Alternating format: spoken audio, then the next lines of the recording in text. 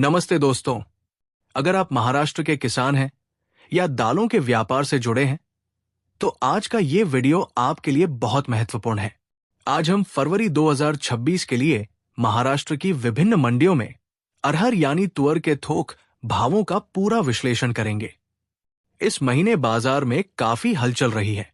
कई कीमतों ने रिकॉर्ड तोड़े हैं तो कहीं मामूली गिरावट भी देखी गई है। चलिए जानते हैं कि इस महीने आपकी मंडी का क्या हाल रहा। सबसे पहले बात करते हैं पूरे महाराष्ट्र के औसत भाव की। फरवरी 2026 में तुअर का औसत थोक भाव 766.97 रुपए प्रति क्विंटल रहा। अगर हम इसकी तुलना पिछले महीने यानी जनवरी 2026 से करें तो तब भाव 7,163.81 रुपए था, यानी इस महीने अच्छी बढ़ोतरी देखी गई है।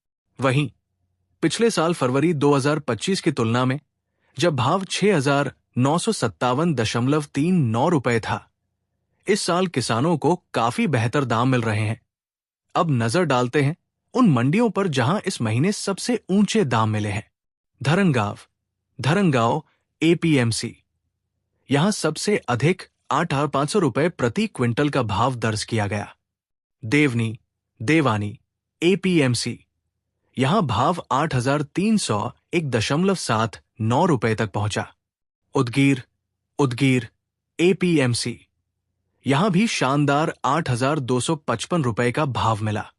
आष्टी कारंजा एपीएमसी, यहां व्यापारियों ने 8,251.74 रुपए प्रति क्विंटल के हिसाब से खरीदारी की। और आज शाहजानी एपीएमसी, यहां का भाव 8,218.42 रुपए रहा।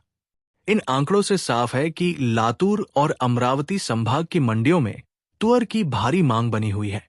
दोस्तों, सिर्फ भाव ही नहीं बल्कि ये देखना भी जरूरी है कि किस मंडी में सबसे तेज उछाल आया है। बीड एपीएमसी में पिछले महीने की तुलना में सबसे ज्यादा 24.3% की भारी तेजी देखी गई।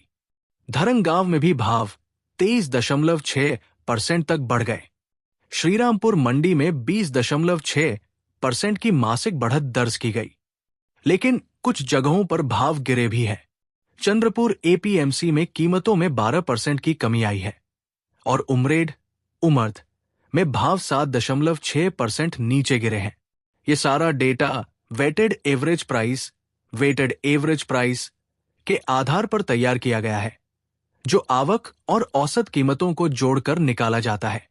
कुल मिलाकर फरवरी का महीना महाराष्ट्र के तुअर उत्पादकों के लिए मुनाफे वाला रहा है। अगर आप अपनी फसल बेचने की सोच रहे हैं तो इन ऊंचे भाव वाली मंडियों पर नजर जरूर रखें। आपको अपनी स्थानीय मंडी में क्या भाव मिल रहा है, हमें कमेंट में जरूर बताएं।